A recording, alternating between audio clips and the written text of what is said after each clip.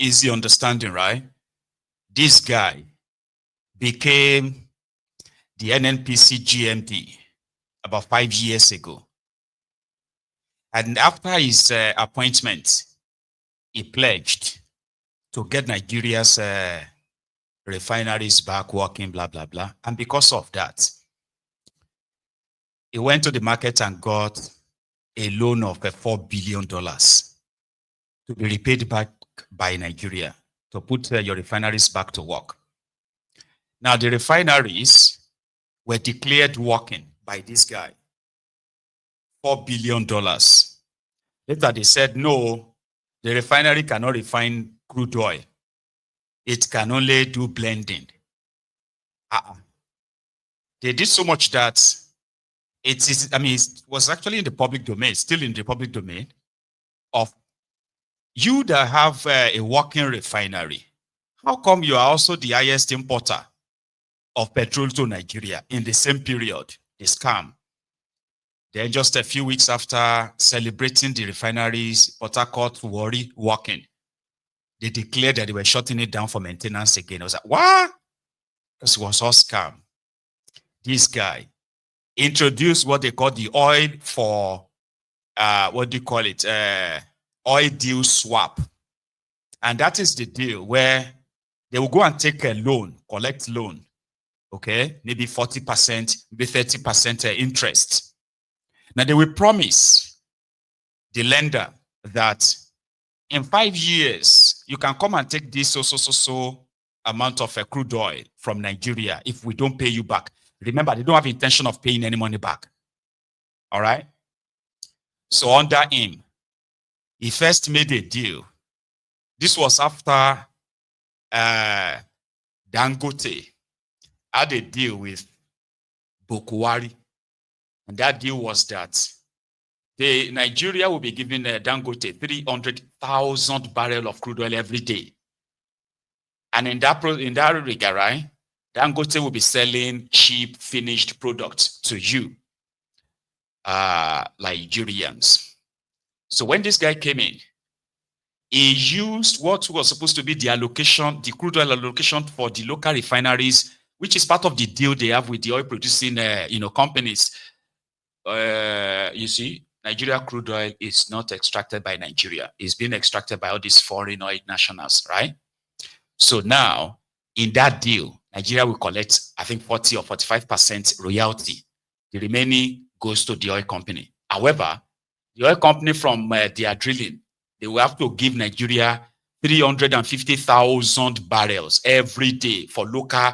That was supposed to be the allocation to the Nigeria refineries. Sure, you get. So then, Kyari made the deal with Dangote that they will give it to Dangote, right? And they were going to use it, they will call it Naira oil swap deal or something. Meaning, if they are selling crude oil for, let's say, $50 in the world market, so if you change that to Naira, $50 or $100, let's say $100, that's 160,000 Naira per barrel. Here you get. So they can give it to Dangote for maybe 50,000 Naira per barrel. But it will be for the local market with a percentage for himself. Here you get, and they will charge, you know what I mean? So when this guy came in, they first used 300,000 barrel of crude oil as collateral to take a loan. They have all these guys looking around them, So those ones gave them the money. A loan of $2 billion.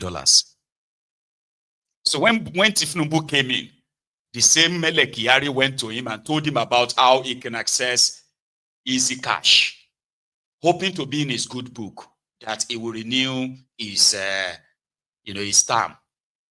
So he saw the idea. So he took Tinubu and Wale Idun, rather, as well as Kadobi Oduduwa Emefiole.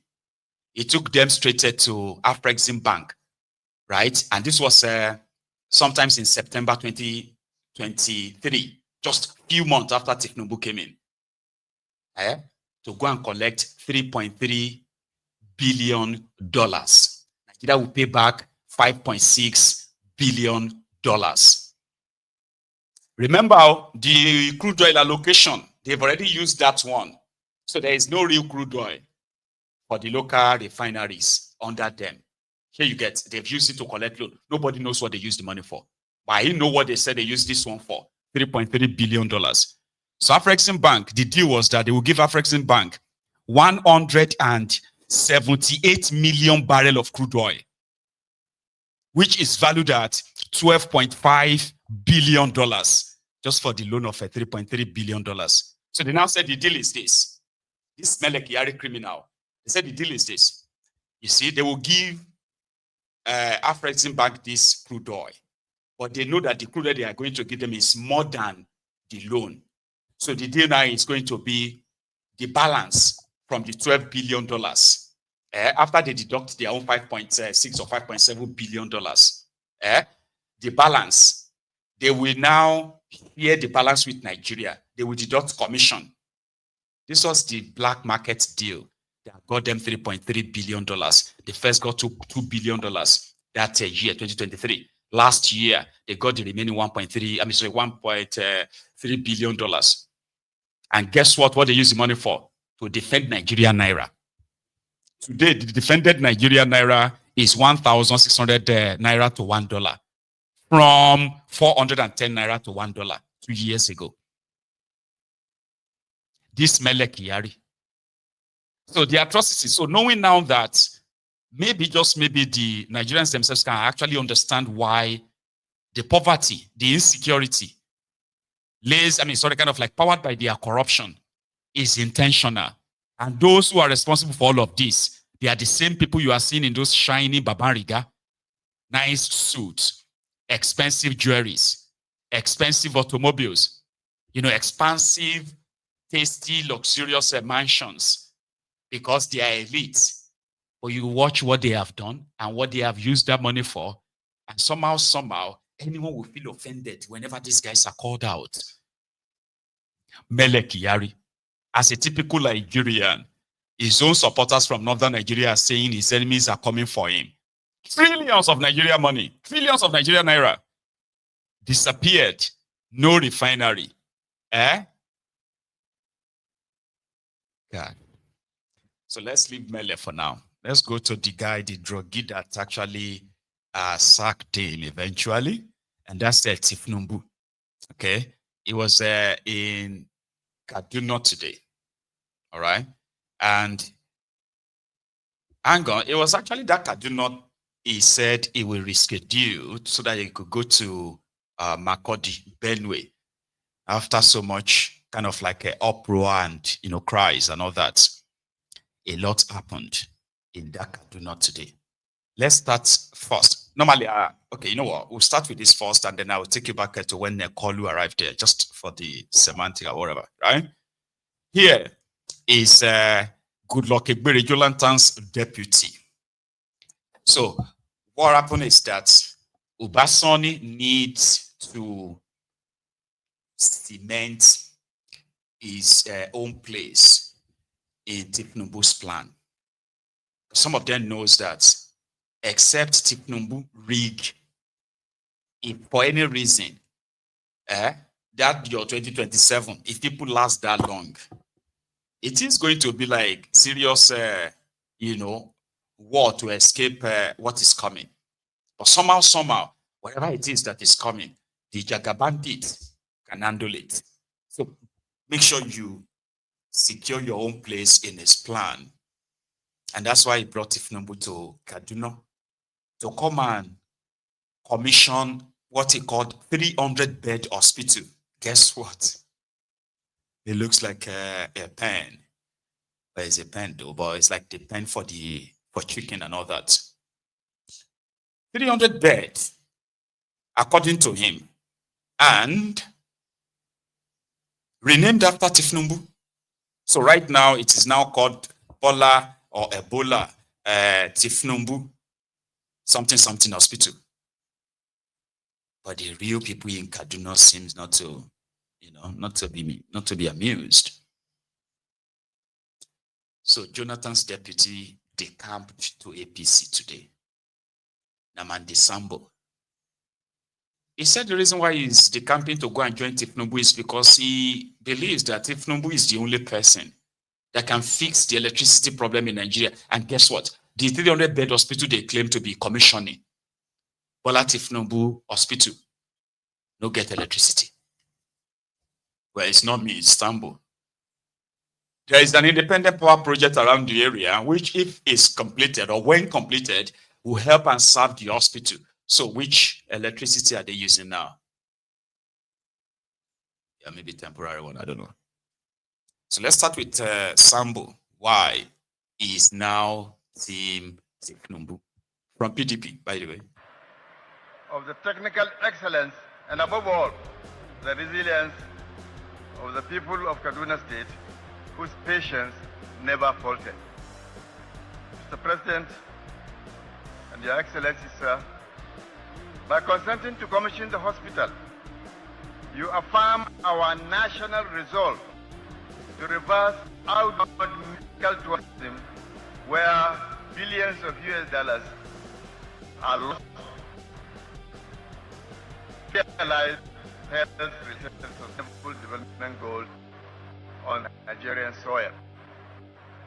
May this institution heal bodies, inspire minds, and remind us all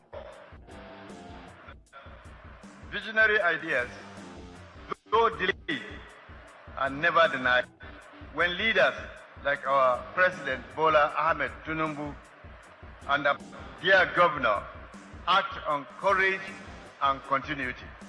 Thank you, Mr. President.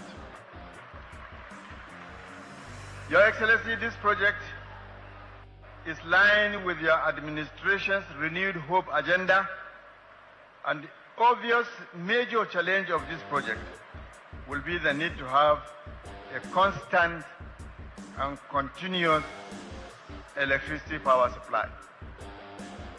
However, there is a low-hanging fruit. A 250 megawatt thermal power plant, which is almost 95% completed and has been abandoned for over 10 years. The associated 330, 132, 33 kV substations have all been completed. Billions of dollars has been expended, but unfortunately, electricity is yet to be generated from this plant. It is in this regard that I am seizing this singular opportunity to request on behalf of His Excellency, our Governor, and the good people of Kaduna State, that Your Excellency graciously direct for the immediate completion of the project and transferring the plant to the Kaduna State government for utilization. Not only the hospital, but the new special agricultural processing zone, located only 20 kilometers from the power plant, of which you recently conducted the groundbreaking ceremony, will also benefit from the statement of the Right Honorable Speaker, His Excellency Tajuddin Abbas, during a recent national address at the joint session of the National Assembly, that if there is anybody to solve the electricity power problem in Nigeria, it is you, Mr. President, sir. With these short remarks, I would like to thank you, and may God bless Kaduna State and the Federal Republic of Nigeria. Nuisance leleyi. Nuisance leleyi. The electricity project is 95% completed. About 95% completed means it can actually generate electricity. Abi, I'm not an engineer, or you can tell me. If something is 95% completed, that means finishing touches will be what is left. Abi?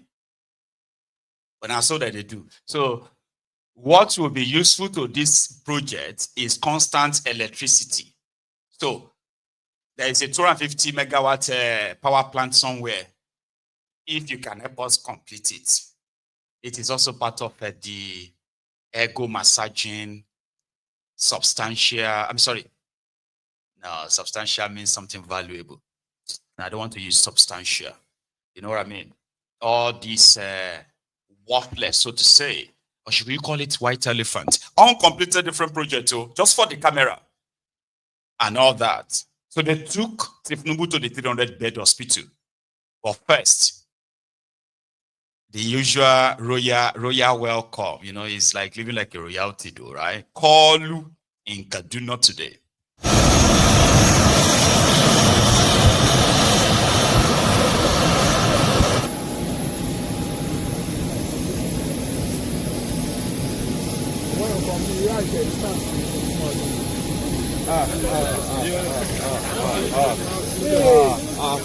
Wait.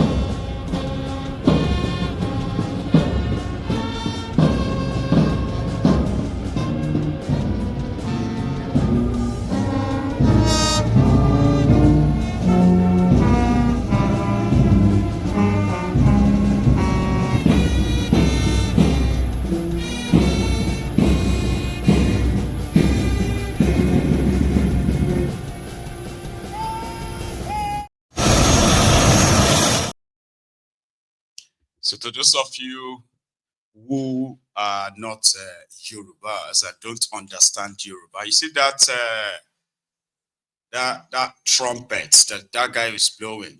Pam pam pam pam pam pam pam pam pam pam pam pam pam pam. Kílẹ̀ ń fọ́ bá pé ọba o ọba láṣẹ ọba.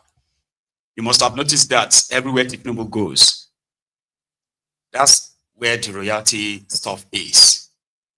They kind of like they are singing his praise like he is a king. Would you take a king for? A king is a man with a very huge authority. And whatever he says is final, kind of. So, Kalu is living the life, right? Now, after that place, they took him to this 300-bed hospital that, of course, the Nigeria standard. Somebody said, oh, hang on, it was Namadi Sambo that said the hospital will stop health tourism. That means the politicians won't go abroad again. They will just go to Kaduna and look at the hospital. Maybe Kalu should even be using it, sort of, right? Anyway. Yeah.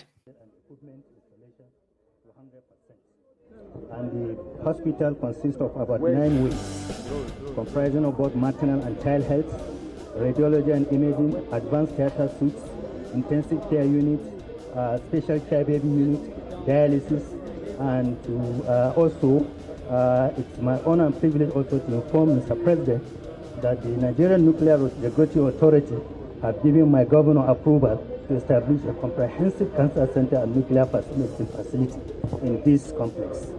So the groundbreaking ceremony. Mr. President, at this juncture, I have to take the microphone from you because I want to also request for your intervention for us to build the cancer center here, Mr. President. That's the only thing that is missing. Everything is completed and done.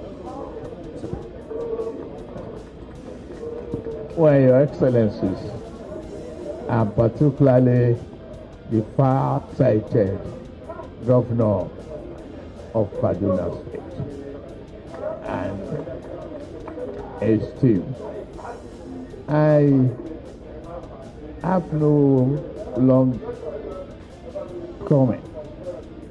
But to assure you that we've witnessed progress. You prioritize people. It is only a far-sighted who cares about his people that can establish care about their health care, about their skill development, and keeping them happy. I am very proud of what you are doing.